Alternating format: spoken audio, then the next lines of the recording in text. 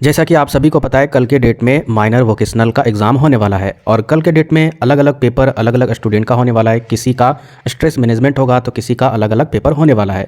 तो कमेंट में आप लोग ज़रूर टाइप कीजिएगा कल के डेट में जिनका भी अगर कुछ पेपर है माइनर वोकेशनल में, अगर आंसर मैं प्रोवाइड नहीं करवा पाता हूं तो कम से कम इस तरीके से क्वेश्चन कोशिश करूंगा प्रोवाइड कराने की, अगर मेरे पास अवेलेबल होगा तब, नहीं तो आप सिलेबस से भी कंप्लीट कर सकते हो। और साथ ही साथ कोशिश करूंगा कि 1 नंबर वाले भी क्वेश्चन करवा दूं ताकि कुछ हद तक हेल्प मिल जाए, क्योंकि पॉसिबल नहीं है एक दिन में सारे क्वेश्चन पेपर को करना। हालांकि हमने स्ट्रेस मैनेजमेंट के रिगार्डिंग आपको पहले से ही बताया था कि इसका पूरा सिलेबस कंप्लीट करेंगे और इसका कुछ सिलेबस कंप्लीट हो चुका है, वीडियो के डिस्क्रिप्शन में उसका लिंक मिल जाएगा। तो सबसे पहले इसके इंपॉर्टेंट क्वेश्चन को देखते हैं। टोटल यहाँ पर 16 क्वेश्चन है इंपॉर्टेंट, इनमें से आपको कुछ क्वेश्चन छोड़ना होगा जिसको करने की कोई भी ज़रूरत नहीं है। बाकी क्वेश्चन अगर आप कीजिएगा, पढ़ लीजिएगा, इसी के अंडर से सारे क्वेश्चन रहेंगे, डरने की कुछ भी बात नहीं है। सबसे सिंपल जो पेपर है वो स्ट्रेस मैनेजमेंट है। सब्जेक्ट सिलेक्शन के टाइम में ही हमने आपको एक्सप्लेन कर दिया था डिटेल से कि इस पेपर को जरूर लीजिएगा माइनर वोकेशनल में, क्योंकि इसका क्वेश्चन आंसर मैं करवाने वाला हूं। तो सबसे पहले यहाँ पर देखिए तनाव की प्रकृति, और साथ ही साथ मैं ये भी बताऊंगा कि क्वेश्चन अगर घुमाएगा तो फिर इसमें आंसर कैसे लिखोगे, ये मैं आपको बताऊँगा लास्ट में कंप्लीट होने के बाद, वो इंपॉर्टेंट है। तो पहला क्वेश्चन देखिए, तनाव की प्रकृति एवं परिभाषा बताएं एवं विस्तार से समझिए। दूसरा क्वेश्चन, तनाव कितने प्रकार के होते हैं तो इनके उदाहरण सहित वर्णन करें, यानी इन्हें यहाँ पर होता, ठीक है, ये मिसप्रिंट है, इन्हें उदाहरण सहित आपको बताना है कि तनाव कितने प्रकार के होते हैं। फिर आगे देखिए, व्यक्ति के जीवन में तनाव में आंतरिक और बाहरी स्रोतों में क्या अंतर है। फिर 4 नंबर देखिए, तनाव का शारीरिक स्वास्थ्य पर क्या प्रभाव पड़ता है। 5 नंबर, मानसिक स्वास्थ्य पर तनाव के दीर्घकालीन यानी लंबे समय तक का जो प्रभाव होता है उसके बारे में आपको बताना है। यानी मानसिक स्वास्थ्य पर तनाव का अगर प्रभाव होता है, कुछ इफेक्ट अगर होता है तो वो लंबे समय तक इसका प्रभाव रहता है, इसको आप डिफाइन करना है, ठीक है, ये कैसे हो सकता है। 6 नंबर, क्या सभी प्रकार की तनाव के लिए एक ही निपटान तकनीक कारगर होती है। जितने भी स्ट्रेस होते हैं, टेंशन होते हैं, तनाव होते हैं, तो उसके लिए क्या एक ही तकनीक अपनाई जाती है उसको निपटाने के लिए, उसको हटाने के लिए, या फिर अलग अलग, ये आपको डिफाइन करना है। इसके बाद समाज में तनाव और मानसिक बीमारी के बीच बढ़ते संबंध पर आपकी क्या राय है। समाज में जो तनाव बढ़ रहा है अभी, और खास करके मानसिक जो रोग हो रहे हैं, लोग टेंशन में आत्महत्याएं कर रहे हैं और बहुत सारी तनाव हो रही है, तो और इसके अलावा तनाव के कारण क्या हो रहा है, लोग बीमार भी पड़ रहे हैं, यानी मानसिक बीमारी भी हो रही है, तनाव भी बढ़ रहा है, तो इन दोनों के बीच में आपकी क्या राय है, इससे रिलेटेड आपको बताना है, ठीक है। आगे देखिए नेक्स्ट आपका 8 नंबर, परामर्श का विभिन्न चरणों का वर्णन करें। परामर्श के जितने भी चरण हैं उसको आपको बताना है।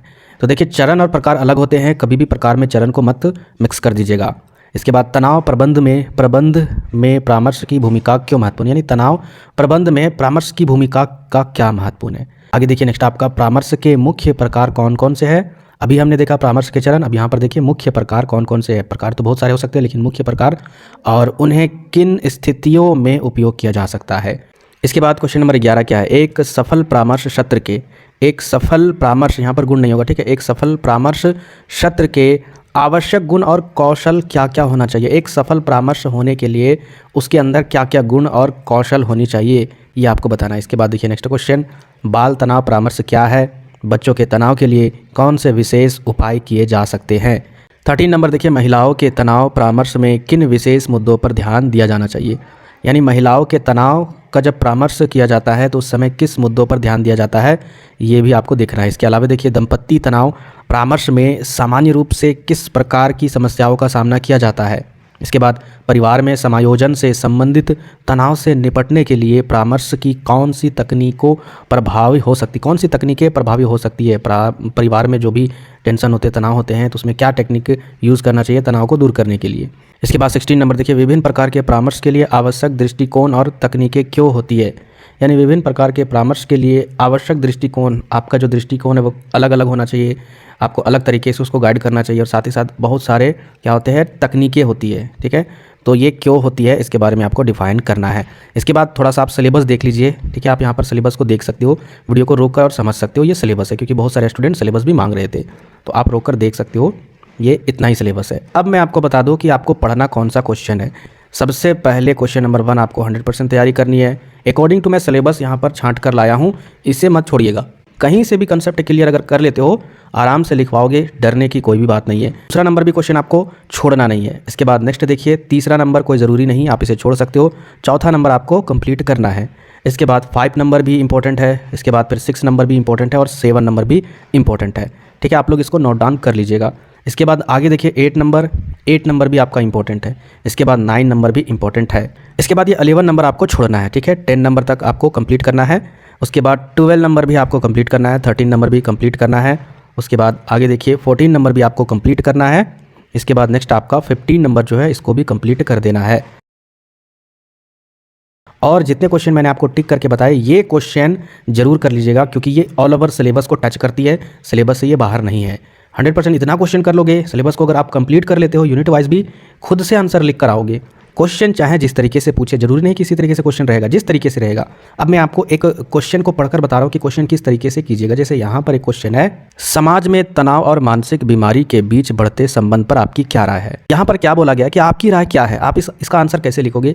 तो सबसे पहले आपको आंसर लिखने का जो तरीका है ना, वो यहाँ पर क्या टॉपिक क्वेश्चन पूछा है, एक तो तनाव पूछा है, ठीक है। तो यानी यहाँ पर आपसे तनाव पूछ दिया है, तनाव के बारे में ही आपसे डिस्कस करने के लिए बोल रहा है। लेकिन क्वेश्चन भले ही अलग तरीके से पूछा गया कि वो तनाव, समाज में जो तनाव है उसके बारे में बताइए और इससे बीमारी जो बढ़ रही है। तो सबसे पहले उत्तर जब लिखिएगा, उत्तर में आपको लिखना होगा तनाव का अर्थ, फिर तनाव की परिभाषा। समझ में आया ना। जब भी अगर क्वेश्चन में तनाव वर्ड रहे, चाहे कोई भी क्वेश्चन हो, तो आपको सबसे पहले तनाव का अर्थ लिखना है। ये आप हर क्वेश्चन में कीजिएगा, फिर उसकी परिभाषा। उसके बाद आप क्वेश्चन में जाइएगा कि समाज में तनाव और मानसिक बीमारी के बीच बढ़ते संबंध, यानी तनाव के कारण जो बीमारियां बढ़ रही है उसके संबंध में हम अपनी राय देंगे। तब आप हेडिंग दीजिएगा कि समाज में तनाव और मानसिक बीमारी के बीच में संबंध निम्नलिखित है।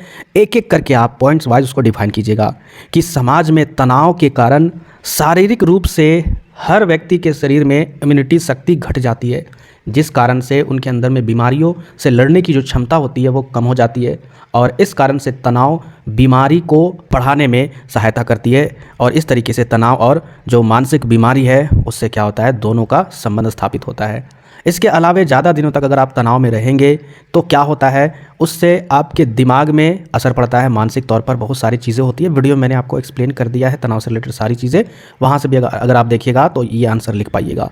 तो इस तरीके से आंसर लिखा जाता है। अब परामर्श से रिलेटेड कोई भी क्वेश्चन आपसे पूछा जाएगा तो सबसे पहले परामर्श का आपको अर्थ बताना है, फिर परिभाषा देना है, विद्वानों द्वारा जो भी परिभाषा दी गई है। अब परामर्श में उसमें फिर क्वेश्चन देखना है कि क्या पूछा है, मुख्य प्रकार कौन कौन से। फिर आपको लिखना है कि मुख्य प्रकार निम्नलिखित द्वारा दिए गए हैं, फिर आपको प्रकार लिखना है, प्रकार को आपको डिफाइन करना है। इस तरीके से लिखने का तरीका होता है। कई स्टूडेंट क्या करते हैं, परामर्श के मुख्य प्रकार पूछा है ना, हम लोग प्रकार लिखते हैं, 4 प्रकार लिखे और चल दिए।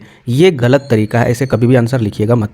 जब भी जो टॉपिक पूछे आप टॉपिक को देखिए, परामर्श से पूछा क्वेश्चन, परामर्श के बारे में भाई हम सबसे पहले अर्थ तो बताएंगे, फिर डेफिनेशन देंगे, फिर हो सकता है यहाँ पर अगर प्रकार पूछे तो प्रकार दे देते हैं। उसके बाद देखिए जब प्रकार खत्म हो जाता है फिर देखिए आगे भी क्वेश्चन यहाँ पर ज्वाइन है, उन्हें किन स्थितियों में उपयोग किया जा सकता है। इस तरीके से इस क्वेश्चन को समझकर अपने से बनाने का प्रयास कीजिएगा। हूबहू क्वेश्चन नहीं रह सकते हैं, खुद से थोड़ा बहुत आपको दिमाग लगाना होगा। बाकी टॉपिक क्वेश्चन के टॉपिक वाइज आपको क्या करना है, सारा कुछ ऐड करना है। फिर विभिन्न प्रकार के परामर्श के लिए आवश्यक दृष्टिकोण और तकनीकें क्या होती है, तो यहाँ पर भी आपको परामर्श का आपको अर्थ देना है, फिर परिभाषा देना है, फिर क्वेश्चन पर आना है कि इसके विभिन्न प्रकार के जो भी परामर्श है इसके लिए आवश्यक दृष्टिकोण निम्नलिखित है, और फिर इसके बाद तकनीक बाद में दीजिएगा जब आप दृष्टिकोण लिखिएगा, ठीक है। क्योंकि क्वेश्चन कई चरणों में पूछा जाता है, कई भाग में, उसको ध्यान में रखिएगा। ये गलती बहुत सारे स्टूडेंट कर रहे हैं, जैसे तैसे आंसर लिख कर आ रहे हैं, ऐसे मत कीजिएगा, ठीक है। आशा करते हैं कि आपका एग्ज़ाम बेटर जाएगा।